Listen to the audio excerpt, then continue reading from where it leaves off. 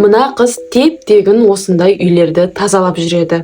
Иә, осындай сұмдық үйлерді өзі тауып алып, тегін тазалап жүріп, еще миллиардер болып кеткен. Мен білмеймін, мынандай холодильниктің өзінде таракан басып кеткен үйлерді қайдан тауып алатын. Бірақ бір жиіркенбей күліп тұрып, мынандай үйді мынандай қылып тазалап қояды ғой. В общем, осындай үйлердің егелеріне барады, мен үйлеріңізді тегін тазалап беремін дейді, бірақ бір шартым бар дейді. Ол жай ғана видеоға түсіру болды. Иә, қалай тазалап жатқанын видеоға түсіріп, соны TikTokқа салып, соның өзінен күніне миллиондаған ақша тауып жүр. Және әр видеосы кемінде миллион қаралым жинайды.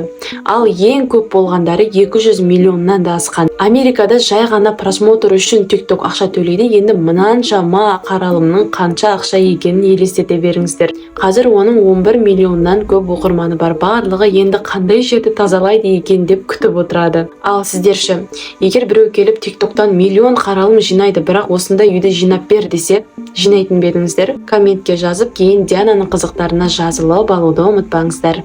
Мақұл?